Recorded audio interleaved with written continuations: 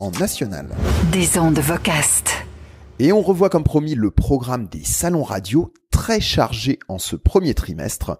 Et on commence avec la Suisse. Bonjour Philippe Zano et bonne année. Bonjour, à vous aussi, très bonne année 2024. Tu es le président des radios régionales romandes, ou RRR. Peux-tu nous dire tout d'abord ce que sont les RRR ? Les radios régionales romandes, ce sont l'ensemble des radios commerciales de toute la Suisse romande. Il y en a une quinzaine. Nous travaillons ensemble le plus possible, évidemment, pour représenter nos intérêts. Nous travaillons aussi au sein de la communauté radiophonique romande, avec le service public, avec la RTS. Nous travaillons main dans la main en Suisse romande et nous organisons chaque année un atelier radiophonique destiné à nos collaboratrices et collaborateurs. Et c'est pour ça qu'on t'a invité aujourd'hui, c'est pour parler du prochain atelier radiophonique roman. Je crois que c'est le 14e, c'est une sorte de Swiss Radio Day, mais que pour la partie francophone. Peux-tu nous en dire un peu plus sur la genèse de cet événement et quel est son objectif ?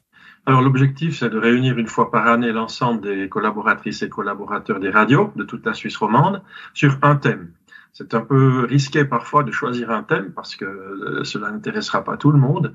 L'année passée, nous avons consacré l'atelier à l'évolution du paysage radiophonique roman.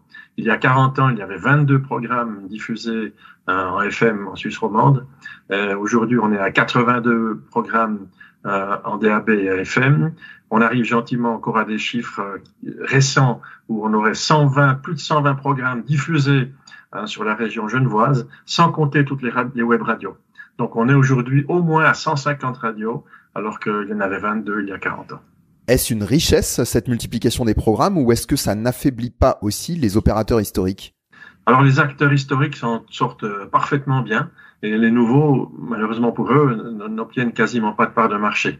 Donc on ne constate pas un grignotage des parts de marché des radios dites historiques, que ce soit le service public de la RTS ou des radios régionales. Et puis cette année, on a évidemment dû changer de thème. Et on s'est dit, il y a 6 mois, lorsque nous avons travaillé sur le programme, en tout cas pas l'intelligence artificielle. Pourquoi ? Parce que ce dossier évolue à une vitesse complètement dingue. ChatGPT, c'est novembre 2022. C'était il y a 14 mois. Et puis aujourd'hui, on constate toutes les semaines ou presque une évolution remarquable. Et on s'est dit, on va pas parler de ça. Et à la fin de la séance, on a décidé de parler d'intelligence artificielle, mais pas seulement. Et on s'est dit, il faut une provocation. L'intelligence artificielle, je crois qu'aujourd'hui, tout le monde voit de quoi il s'agit. Certains en ont peur, d'autres s'en réjouissent.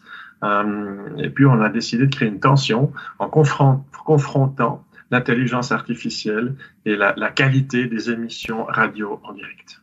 Direct et intelligence artificielle sont des termes qui, a priori, semblent antagonistes. Comment allez-vous articuler ces deux dimensions au sein des débats durant l'atelier radiophonique roman ? Encore une fois, il s'agit de créer une tension. On va séparer les choses. Il y aura 4 interventions sur l'intelligence artificielle avec une démonstration de ce que c'est aujourd'hui la production audio avec l'IA. Ensuite, on aura les conséquences sur le journalisme. On aura aussi la charte de Paris qui a été élaborée l'année passée et qui donne un cadre éthique. Et puis encore une sociologue, professeure à l'Université de Lausanne qui nous fera un cadre général. Ça, c'est pour l'intelligence artificielle. Et d'autre part, nous avons invité 3 collaborateurs de radio, un commercial, un animateur, un journaliste, et nous allons leur poser une question toute simple. Est-ce que l'intelligence artificielle, c'est technique et froid ? Est-ce que le direct à la radio, c'est chaud et humain ? Donc, on va créer cette tension pour qu'il y ait un débat et pour montrer ce qu'est réellement l'intelligence artificielle. Et nous aurons une deuxième table ronde avec des consommateurs de médias, c'est-à-dire un parlementaire, député aux chambres fédérales, un porte-parole d'une police cantonale chez nous, et puis on est encore à la recherche d'une 3e personne. Ce sont des gens qui sont assez régulièrement à la radio, et puis qui vont aussi créer cette tension entre la qualité du direct, mais pas seulement dans les studios, le direct aussi dans la rue, à une foire, sur un comptoir, etc. Et on va un peu s'amuser avec ces 2 thèmes. L'atelier radiophonique Romans, c'est le vendredi 9 février à Neuchâtel en Suisse et c'est ouvert à tous, donc n'hésitez pas. Philippe Zano, merci. Merci Olivier.